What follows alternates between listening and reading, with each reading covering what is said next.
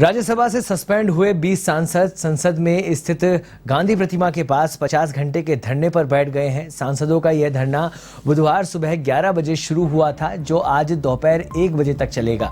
धरने में शामिल हुए महिलाएं और बुजुर्ग सांसद शिफ्ट में इस प्रदर्शन में शामिल हो रहे हैं। राज्यसभा में मंगलवार को विपक्ष के 19 सांसदों को सस्पेंड कर दिया गया था।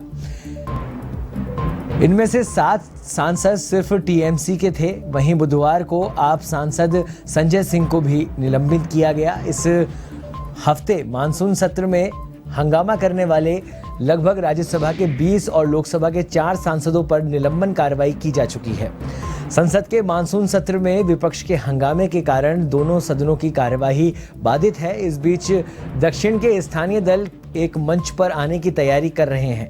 तेलंगाना के सीएम और टीआरएस नेता के चंद्रशेखर राव डीएमके, आप, जेडीसी और दक्षिण भारत के कांग्रेसी सांसदों से संपर्क कर रहे हैं। वह कोशिश कर रहे हैं कि विपक्ष के 50 से ज्यादा सांसद 17वीं लोकसभा तक पूरे सत्र के लिए खुद के निलंबन का आग्रह करें और विरोध को नया मोड़ दे दें।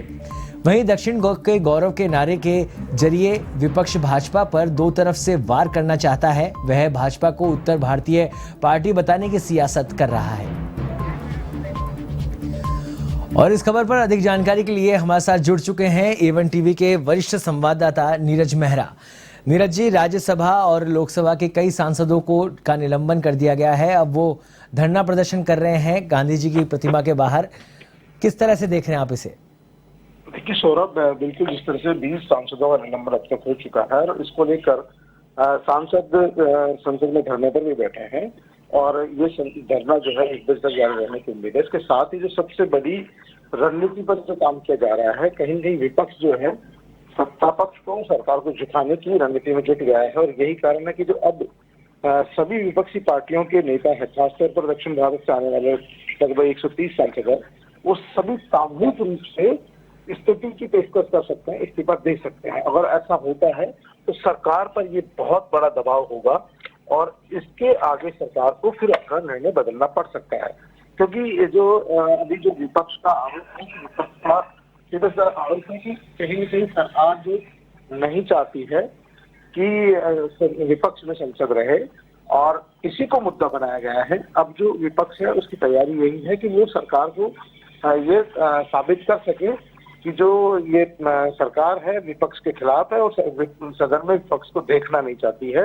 और इसीलिए तमाम जो दक्षिण भारतीय दल है, सभी पार्टियों के दल है, उन तमाम दलों के नेताओं की बातचीत हो रही है और ये कोशिश है कि आज संसद के दौरान सभी सामूहिक तौर पर अपना इस्तीफे की पेशकश करें या फिर लोकसभा अध्यक्ष, राज्यसभा अध्यक्ष से इस बात की मांग करें कि उन्हें सामूहिक रूप से इस पूरे सत्र के लिए ही निलंबित कर दिया जाए, ताकि सदन में न तो विपक्ष रहेगा न कोई हंगामा होगा।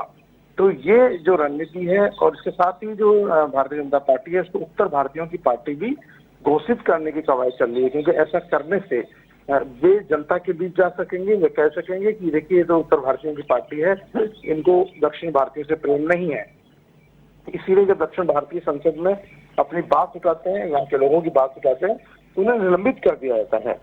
तो इन तमाम विषयों को लेकर संसद में आज हंगामा होने की उम्मीद है। अभी तक धरना जारी है और कहीं न कहीं आज विपक्षी पार्टियां मिलकर एक साथ सरकार पर इस दबाव बनाने की रणनीति पर काम कर सकती है। सौरभ, नीरज जी, मानसून सत्र जब से चालू हुआ तब से सदन ढंग से नहीं चल पाया है। हम देख रहे हैं कभी ईडी की पूछताछ को लेकर विरोध हो रहा है, अब निलंबन को लेकर विरोध हो रहा है। ऐसे में कहीं ना कहीं आम जनता के जो काम है, जो वाकई में जल्द से जल्द पूरे होने चाहिए थे, वो कहीं ना कहीं सफर करते दिखाई देते हैं।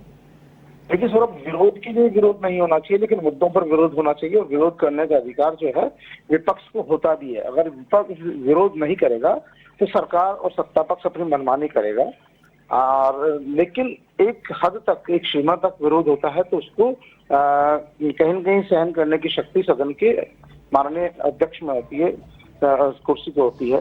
लेकिन जब किसी न किसी बात पर अति होती है तब अध्यक्ष को मजबूरन, चेयरपर्सन को मजबूरन उसको निलंबित करना पड़ता है। कहीं न कहीं देखिए सिर्फ संसद में जो पूरी कार्रवाई चल रही है तो यहाँ पर राजनीति भी आप कह सकते हैं, राजनीति भी कहीं कहीं इसमें दूसरी है और जो विपक्षी पार्टियां हैं उनका काम सिर्फ हंगामा खड़ा करना हो गया। बात किसी विषय की हो कोई मुद्दा जनहित का हो या कोई और हो, क्योंकि ईडी का अपनी जगह एक्शन हो रहा है, लेकिन इस तरह ईडी को लेकर सुप्रीम कोर्ट का फैसला है बड़ा चौंकाने वाला और डराने वाला भी है कि भविष्य में वो किसी को पकड़ सकती है, गिरफ्तार कर सकती है बगैर एविडेंस के। तो सुप्रीम कोर्ट का फैसला है। अब ऐसे विषयों पर और ईडी की लगातार जो पूछताछ चल रही है, तो कहीं ना कहीं सरकार पर इस बात के आरोप लगाए जा रहे हैं कि सरकार जो है इस तरह की जो एजेंसियां ईडी या सीबीआई इनका दुरुपयोग कर रही है और सिर्फ विपक्ष के लोगों पर कार्रवाई कर रही है। क्योंकि पिछले 7 साल में जो विपक्ष के सदस्यों का आरोप है कि किसी भी सत्ता दल के सांसद के खिलाफ, विधायक के खिलाफ, नेता के खिलाफ या समर्थक के खिलाफ ईडी और सीबीआई का एक्शन नहीं हुआ। केवल विपक्षी पार्टी, चाहे वो कांग्रेस पार्टी हो, डीएमके हो, टीआरएस हो, टीएमसी हो या अन्य पार्टियां हो, उन्हीं के नेताओं के खिलाफ इस तरह के एक्शन हुए हैं। इसीलिए ये सदन में हंगामा कर रहे हैं और हंगामा करने पर उनको निलंबन की कार्रवाई का सामना करना पड़ रहा है। और निलंबन की कार्रवाई से पहले चेतावनी भी दी जाती है, लेकिन जब चेतावनी को अनसुना कर दिया जाता है तो फिर निलंबन ही एक प्रक्रिया बचती है।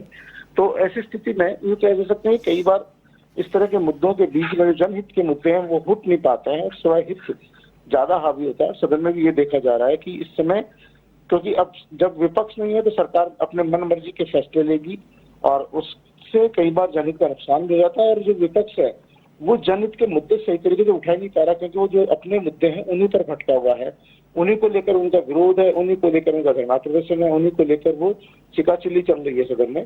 तो कहीं न कहीं नुकसान आम जन का होता है। और लेकिन विपक्ष का आरोप है कि ये जो सरकार की रणनीति है ये पूरी तरह ये है कि विपक्ष को कुचला जाए, उनकी आवाज को दबाया जाए। और विपक्ष इस मुद्दे पर, जो मैंने पहले भी कहा है कि यदि आज समूचा विपक्ष एक हो जाता है और वो सामूहिक रूप से इस्तीफे की पेशकश करता है या फिर वो निलंबन की मांग करता है, तो सरकार के लिए इस विषय पर सोचना जरूरी हो जाएगा। क्योंकि सरकार सबको निलंबित करके जो है विलियन का रोल नहीं निभा पाएगी।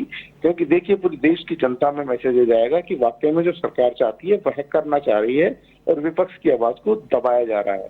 चुनाव नजदीक आ रहे हैं, ऐसी स्थिति में दक्षिण भारतीय जो पार्टियां हैं वो तमाम एकजुट नजर आ रही है और हो सकता है आज इस तरह की पेशकश कर दे और सरकार को दबाव में लाए। सरकार इस विषय पर बैकफुट पर आ सकती है सौरभ, क्योंकि सरकार कभी नहीं चाहेगी कि उनको इस तरह का अवसर दिया जाए।